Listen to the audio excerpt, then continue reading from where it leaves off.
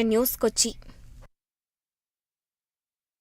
ഡോക്ടർമാരുടെ കുറിപ്പടിയില്ലാതെ ആന്റിബയോട്ടിക്കുകൾ നൽകുന്ന മെഡിക്കൽ സ്റ്റോറുകൾക്കെതിരെ കർശന നടപടിയെന്ന് ആരോഗ്യമന്ത്രി വീണ ജോർജ്.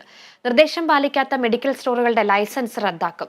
ഇത് പൊതുജനങ്ങളുടെ ശ്രദ്ധയിൽപ്പെട്ടാൽ അറിയിക്കാൻ ടോൾ ഫ്രീ നമ്പറും നൽകുമെന്നും മന്ത്രി തിരുവനന്തപുരത്ത് പറഞ്ഞു. മെഡിക്കൽ സ്റ്റോറുകളിൽ, ഫാർമസികളിൽ, കൗണ്ടറുകളിലൂടെ ഡോക്ടറുടെ പ്രിസ്ക്രിപ്ഷൻ ഇല്ലാതെ ആന്റിബയോട്ടിക് കൊടുക്കുന്ന മെഡിക്കൽ ഷോപ്പുകൾക്കെതിരെ, ഫാർമസികൾക്കെതിരെ കർശനമായ നടപടി സ്വീകരിക്കും.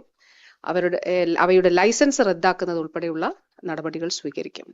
ഇതുകൂടാതെ പൊതുജനങ്ങൾക്ക് ഇത് സംബന്ധിച്ചിട്ടുള്ള വിവരം നൽകാവുന്നതാണ്.